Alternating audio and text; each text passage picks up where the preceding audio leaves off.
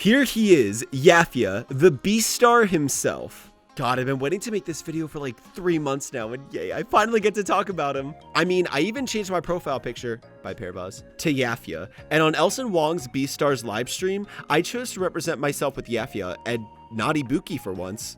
And now people are asking me, what happened to your obsession with Ibuki?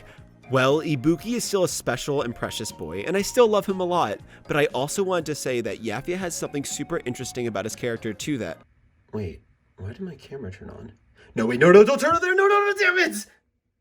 Look, all joking aside, I feel like Yafya is a pretty underrated character because he takes a bit more convincing to like than other characters. Once you dig a bit deeper down, past all the rage, you'll find something, honestly, pretty sad.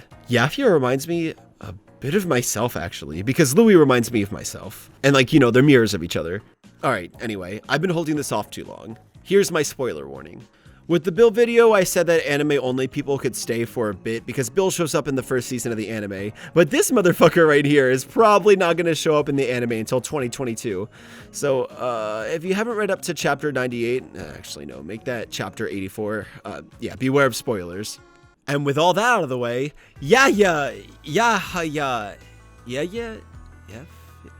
how the fuck do I say this? So it turns out Yafya was just a mistranslation, and it's actually Yahya. God, that's hard. For simplicity, and because still most of the community calls him this, I'm just gonna stick to calling him Yafya.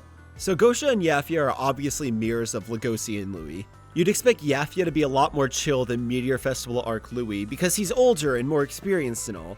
Gosha is Legosi, but if he worked out all of his problems. But somehow, Yafya's got way more problems than Louis. Because look, Louis had people there to help him out. Yafya, on the other hand, Louis' problem was that he didn't know how to let go of the past. He let it dictate his life to the point where he said, "Fuck everything, I'm joining the mafia." But luckily for him, that gang he joined turned out to be filled with a bunch of bros. Love the Shishigumi. They helped Louis through his problems and taught him how to let go of the past.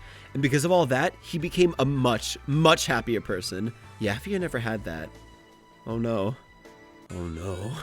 Yafya and Gosha kinda remind me of my best friend and myself. Except without the whole, you know, breaking apart thing. What my friend values most is having a good and loving relationship. And what I value most in life is having a successful career and things in life going to an exact plan in order to reach that success. Now, like, imagine if one of the biggest things in that path, something or, you know, someone who you deeply care about, leaves to go down a different path unexpectedly. Yafya's emotional state was completely plunged into a state of loathing and depression because his plan for life was completely thrown out of whack. I understand how Yafya feels though. Having everything set in place feels so perfect, and having something go completely different from how you planned, that shit is admittedly scary. God, fuck. No, damn it! Yafya isn't the best at coping either. He can't handle change. Actually, for that matter, he can't handle his own emotions that well either. What I'm getting at is that Yafya is supposed to kind of represent the saying, money can't buy you happiness. I said kind of because Yafya is fully aware of this notion, for that is how he's always existed. He's just so tormented by that missing part in his life. He lives in a penthouse, has billions of dollars, has one of the most high up jobs in society, yet he's really fucking unhappy. Gosha has a middle-class job, a dead wife, a dead daughter, and a somewhat distant grandson, but you know what? He appreciates simply being alive every day. Even though the people he loves aren't there with him anymore, he accepts the fact that they were there with him at one time and is very thankful for the time that he had with them before they died. He may not have the best life, but he's okay with that. There's a contrast here. And you know what? That's super fucking interesting from a writing standpoint. Yafya is supposed to be this guy who appears as the figurehead of confidence to all of society, but deep down, he's one of the most insecure characters in this series. Going back to my Melon video, I talked about just how important character introduction scenes are. Melons did a great job at setting up his threat level, and Yafya's is great in its own right too, because it completely misleads us by showing us not what Yafya is truly like, but how society views him. They have no shame treating us like this, since they only see us as suppliers. But what really gets me is that I have to suffer because of my pride and my milk. Oh, you're crying. Oh, come on, Nicola-san. This is the guy from the PMB. She has chronic hay fever, you see. Sorry to bother you, Inspector. We're really glad you can when you're so busy. Well, It's my job to inspect workplaces where carnivores and herbivores work together. Being a civil servant isn't easy, huh? I do have a question to ask as part of my job. Does everyone enjoy working here? Of course. It's... What's with you? You're no ordinary inspector. Me? I'm just a herbivore, and proud of it. I'm the peacekeeper of society. Yafya is introduced to be this one badass motherfucker. One that fears no man and has life all figured out. What's so genius about this introduction is that it makes the reveal that Yafya is actually extremely insecure hit even harder. Like, chapter 103 took me by huge surprise.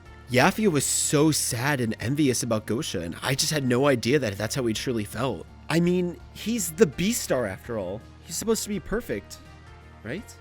Well, even though society paints him this way, Yafya is far from perfect. He's just not a happy person at all, and no matter how hard he tries to be positive without Gosha, he can't. Look, I've been holding back from saying this the whole time, but I'm gonna be honest. I think Yafya's fondness of Gosha extends a bit more than just friends. I'm gonna come out and say it. I think Yafya's gay, or at the very least, bisexual. Now look, I'm not entirely sure if that idolization's so strong that it could be sexual attraction, but who knows? We've also seen Yafya making a lot of comments about different aspects of Gosha. Look, maybe I've just been watching way too much Neon Genesis Evangelion recently, but I thought it would be good to bring this up because it seems that a lot of people in the community also share this theory that Yafya might have sexual feelings towards Gosha. But I mean, we have seen him sleep with a woman before, but right after that, he brushed her off and talked about how relationships can only be temporary just so he could spite Gosha. Honestly, everyone has their own interpretation on Yafya's sexuality, and I'm going to cover it a bit later in the video. Segueing from that topic, another reason why Yafya is so loathsome of Gosha is because of his inability to understand other people's perspectives. Yafya has always believed that his perspective was definitively correct. He never fully quite understood committed relationships, and so when Gosha decided to leave Yafya's side to pursue a relationship with someone, Yafya just couldn't comprehend why Gosha would want to leave to do something like that.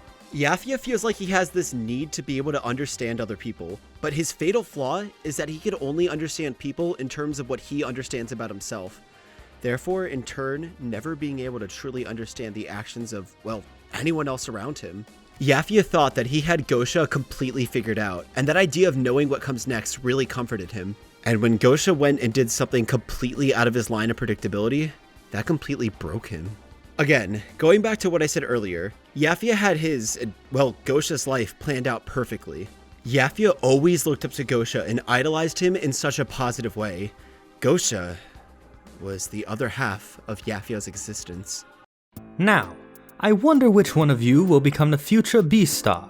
15-year-old herbivore Yafya-kun, 17-year-old carnivore Gosha-kun.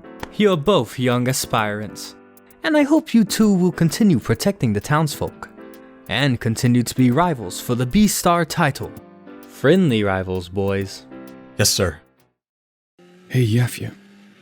Do you still have those medals he gave us? Yeah, I do. Then let's do it at the same time. Screw these! Me and Gosha were not competing for the Beastar title.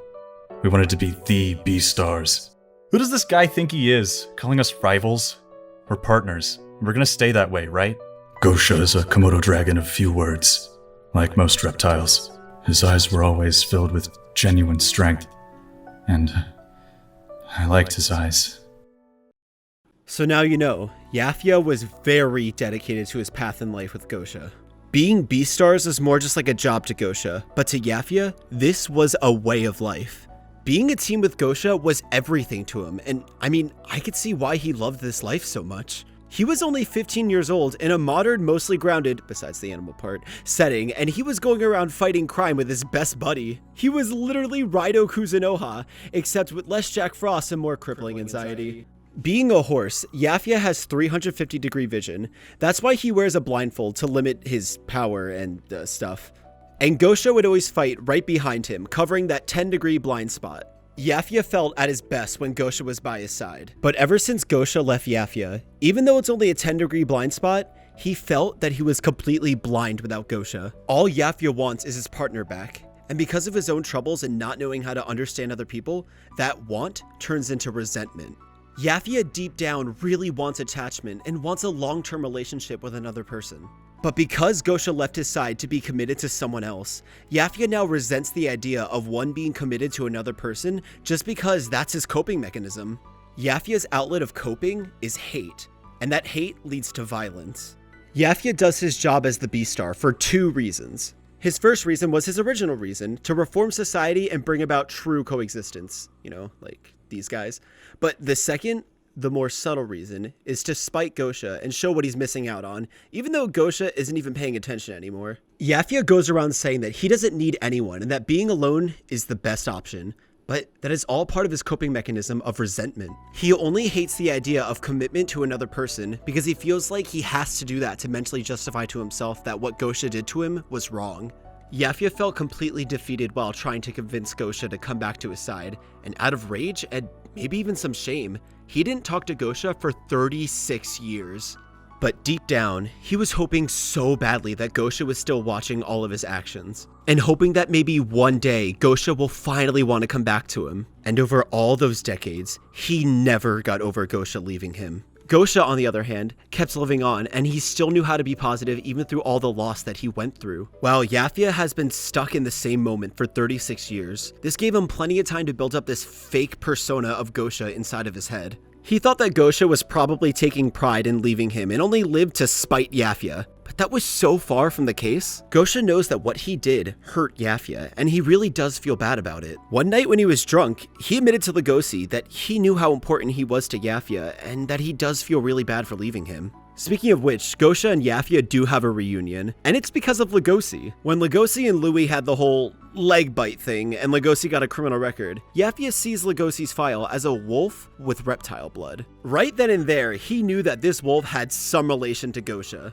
which led Yafya on a hunt to find Gosha again. And when Yafya did find Gosha, oh boy, instead of being civil, he let his pent-up rage, resentment, and loneliness just all fucking explode.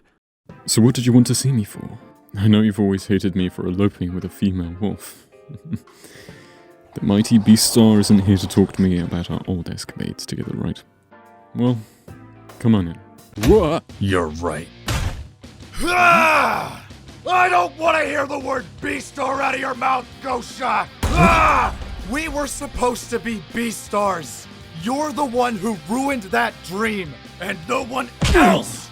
That punch was for the past 36 years that I had to protect the city by myself. And there's more where that came from. You've grown weak, Gosha! Wait. Time out. Are you disinfecting the poison on my fist? What do you mean?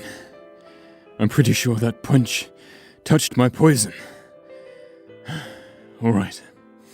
I'm done disinfecting.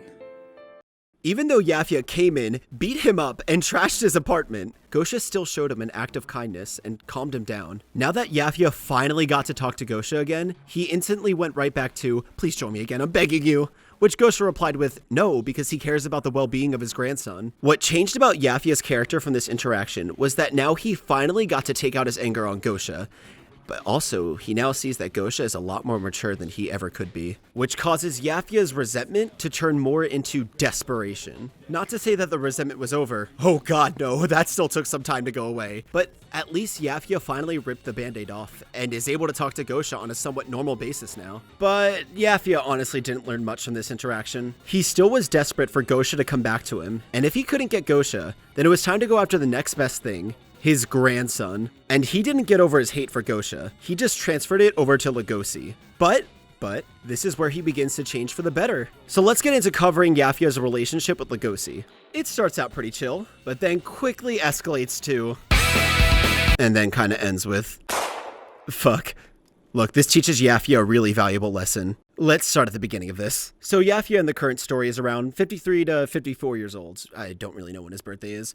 And what he's doing involves extreme physical fitness. Sure, he's got the police and his own force of Oompa Loompas, but, he doesn't have anyone to take over for him in specific. Yafya determined that he needed a successor. And once he confirmed that the predatorial offender wolf with the reptile blood was in fact related to Gosha, he saw that as a fresh chance to get Gosha back. A new, pre-corrupted Gosha. But Yafya, the truth is, there was no corruption to begin with. Legosi and Gosha just value different things in life from you. But of course, Yafya doesn't understand that with Legosi, and the whole cycle repeats again.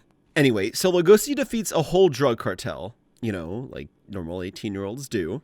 And that was Yafya's excuse to finally reach out to Legosi. He invited Legosi over for dinner to get to know him and see if he was worthy of being his successor. But remember what I said before, Yafya didn't change much from his interaction with Gosha. So yeah, how do you think this is gonna go? Well, Yafya is super chill, but then Legosi starts to reveal his views about how the world doesn't have to be perfect and that imperfections are okay.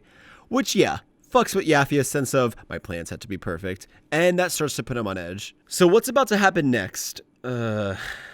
It's the reason why people were initially put off by Yafya's character, which I totally get, because when I first read this part, yeah, I agree. This part was, oh boy. So Yafya treats Legosi to a nice dinner of some of his energizing carrots, and he's got Haru from Persona 5's green thumb because he grows them on his top floor penthouse. But remember how I mentioned Yafya spent the past 36 years of his life being bitter, angry, and sad? Well, that has led him into doing some really dark things throughout his life. By the way, Legosi-kun, don't you find it mysterious that this one measly horse is so capable of combating society's evils? Did you train? Training isn't enough. You need a source of energy, and a special one at that. When you're the Beastar, you can be granted any wish of your choosing. Using the carnivores you punished as Fertilizer is no exception. Yeah, and right after that, he kicks Legosi to the floor and tells him that he'll become Fertilizer too if he doesn't apologize for being born a carnivore. Yeah, I could see how this rubbed many people the wrong way, including me.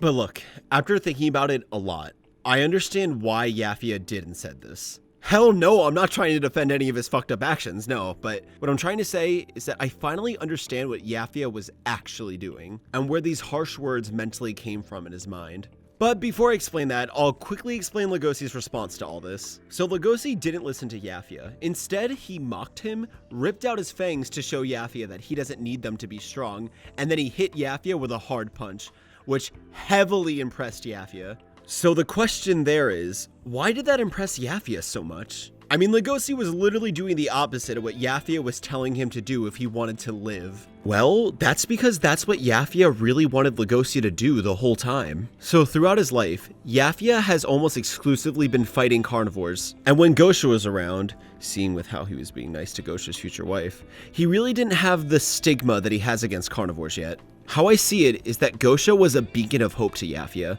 which is actually brought up in one of the most recent chapters that I'm going to be covering later. Gosha was a carnivore with strong conviction who was willing to do anything to uphold his moral code. And Yafya had Gosha's hope as a reminder that carnivores can have just as strong wills, morals, and convictions as herbivores can. But then Gosha left, and with that, so did Yafya's beacon of hope. The one carnivore that he looked up to most, in his mind, betrayed him. And you know how I said that Yafya's coping mechanism is hate? Well, that's exactly what happened. From then on, he kept on fighting more and more criminal carnivores who, in his mind, were shallow and gave up on their morals, until eventually he began to generalize all carnivores that way. He didn't have that beacon of hope there to slap him in the face and remind him that carnivores can be great people and not to generalize all them. That takes us back to the present. Yafya was testing Legosi to see if deep down he fit Yafya's generalization of carnivores or not. He wanted to see if Legosi was going to let the threat of death waver his morals, but to his surprise and hope, Legosi stood tall and fought back. And in that moment, without even realizing it, Yafya had a new beacon of hope. Legosi. Legosi showed him that his views of carnivores were wrong and that there are still carnivores out there that hold strong to their morals no matter what. Legosi's display of moral strength changed Yafya for the better. Yafya's problem was that he couldn't understand others, so in place of that, he generalized and assumed the way people were thinking. But Legosi, a carnivore, someone who is also related to Gosha, mind you, defied his expectations. Yafya is a very stubborn person, so he doesn't admit it for a while, but yeah, Legosi made him question so many of the views that he's been following for the past 36 years. Legosi escapes after he punches Yafya, but Yafya orders the police to not go after him. Yafya needed to pursue this new beacon of hope. And this begins his journey of finally healing his mental wounds. With the help of Legosi and later on Gosha, he learns how to truly understand other people and how to stop negatively generalizing everyone. So a couple weeks after that ordeal, as we know, Yafya confronts Melon, who gets away, and in desperation for that beacon of hope, Yafya needs Legosi to help him out on a mission with capturing Melon. This goes south, and Legosi ends up in a coma. This is where Yafya gets hit with another wave of self-moral questioning. Legosi made him very aware that people can have other morals than him and still stand proud with them, but Gosha straight up solidified that fact to Yafya. Like I went over in the Gosha video, Gosha believes in pacifism, unless if his grandson gets harmed. Yafya believed that even Gosha had become soft with his convictions, but then Yafya got Legosi in the situation where he got shot, and that's where Gosha's strength got reawakened in front of Yafya again. Yafya was taken aback at the fact that Gosha still had that fire in him after all of these years. That's what Yafya was trying to get out of him when he originally attacked Gosha. But Gosha getting just as fired up about his family as he did about fighting criminals with Yafya all those years ago taught Yafya something very important. Just because he doesn't see family as important and a motivation to fight doesn't mean that other people don't. And it took Yafya having to see that firsthand to finally understand. And also seeing Gosha's rage taught him another thing. Yafya is a very intense person, and he tends to do some pretty violent things to people just to get his point across. He's very stubborn, so he hasn't fully admitted it to anyone else yet, but as we can see by his actions, he's trying to learn to be more calm and civil to innocent people, and not directly resorting to violence unless absolutely necessary. He really does feel sorry that he brought Legosi on such a dangerous mission, and when he sees Legosi again after he got shot, this is where he has to confront the weight and result of his recklessness. At first, he gets scared to face his actions and just tells Legosi to leave and never come back. But then, in a last-minute leap of fate, he faces his fears and gives Legosi Melon's mask as a subtle gesture to continue pursuing Melon. Plus, Legosi calls Yafya later on about fighting Melon, and even though Yafya is very hesitant, I think this is what he really wants. Yafya wants Legosi to do this so he could go and protect him and finally make things up to Gosha for what he did. Yafya is healing, and for a while Yafya doesn't show up, but when he finally does, it's in the climax of the current arc of the series, and I'll admit, it's a pretty good climax for Yafya. I'm gonna cover that, but first, I want to do some reflecting on Yafya's character as a whole. I'm gonna give my reasons to why I personally like Yafya's character a lot. Like the title of this video says, in my opinion, he's very well written. He has this whole story of a sad, broken down man who doesn't know how to understand other people or how to accept change. And we get to see the dark path that this leads him down. In no way am I condoning his actions. I'm just saying that Paru shows the aspects of Yafya before he reveals his dark secret that can help us understand why he became the way that he did. There are so many characters out there who have been through a lot, and over the years it ends up breaking them to the point where they do awful things. And in Yafya's case, we're shown his spiral into darkness, and it's also explained in a very interesting way too. It's like, sure, the outside world has something to do with it, but deep down, Yafya became like this because he himself didn't know how to get over the past. He blamed everyone else for his own problems, and it took him 36 years to begin to finally learn how to move past them. I'll admit that I didn't really like Yafya after the whole carrot fertilizer thing, but after seeing how Paru redeemed him, and after a lot of thinking it over, Yafya went from being one of my least favorite characters to my most, man, there's a lot of amazing characters in this series. But what's so interesting about Yafya as a whole is that he's this guy made out to society to be perfect, but in reality, that couldn't be further from the truth. I liked how his redemption didn't happen right away. It took over the course of a long time because realistically, it takes a while to get over things that have been haunting you for a very long time. And the thing I mentioned before about relating with Yafya, yeah, I'll admit that I used to have a lot of trouble accepting change and things not going to plan. When the whole Keona thing happened and all the things I had set up for myself got completely canceled, it hit me really hard. I wasn't happy in quarantine for months and months because I couldn't accept that I lost the end of my senior year of high school. But eventually, I came around and started accepting that I can't change the past, and what happened, happened. I just had to make the most of the present right now. And yeah, there are times where I do fall back and get really sad again, but as of recently, it's been happening less and less. Yafya, I mean, I know what it's like to have something completely unexpected happen and completely put a halt on things you were working towards. And I'm gonna be honest, I'm sure a lot of people can relate to Yafya on this front, actually. So yeah, we all have a little Yafya inside us, you know? Sometimes it can be really hard to move on from the past, but as we see, if Yafya, someone who lived in the past for 36 years, could begin to do it, then maybe we can too. And I really like that message. Now that I've addressed something I mentioned earlier in the video, it's time to mention the other thing, his sexuality. Now, I'm actually leaving this up to discussion because it's never straight up stated. There are just some clues and moments that questionably hint at it. Here's my theory on his sexuality.